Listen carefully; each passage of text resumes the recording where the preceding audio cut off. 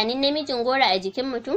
Namijin goro, wanda aka fi sani da Garcinia kola, yawanci an fi samunsa a ƙasashen Afirka, kuma shekaru aru-aru ana amfani da shi don yin magani a al'adun Afirka.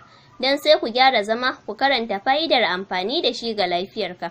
Yana ɗauke da sinadarin dimeric flavonoid, wanda ake ganin yanayin magunguna da dama. A yau za mu faɗa muku manya-manyan amfanin namijin goro.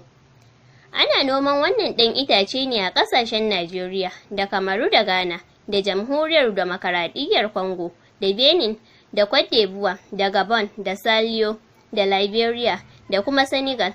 Mutanen Afirka sun daɗe da gano amfanin namijin goro ga lafiya.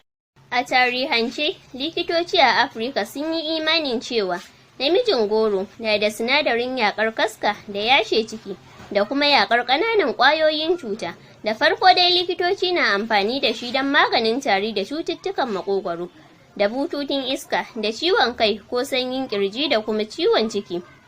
Bugu da ƙari, tsarin maganin gargajiya na Afirka ya nuna masu matsalar hanta ka iya tauna namijin goro.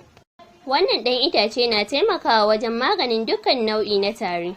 Ana kuma amfani da shi wajen maganin sanyi, yawanci kuma ya fi amfani wajen kakkaɓe mashaƙo da tari da toshewar hanci da kuma majina.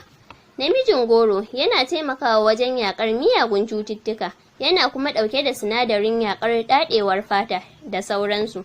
Yana ƙara ƙarfin kwaranyar jini ga mutanen da ke da matsala da bututun da ke ɗauko jini daga zuciya. Sannan yana taimakawa garkuwar jiki, domin binciken kimiyya na musamman ya tabbatar da cewa yawan amfani da shi na ba da kariya ga garkuwar jikin ɗan adam. Har ila yau, namijin goro na warkar da ciwon gwiwa wajen rage mata raɗaɗi sosai, yana kuma amfani wajen jin yunwa, sannan yana sa jin ƙishirwa.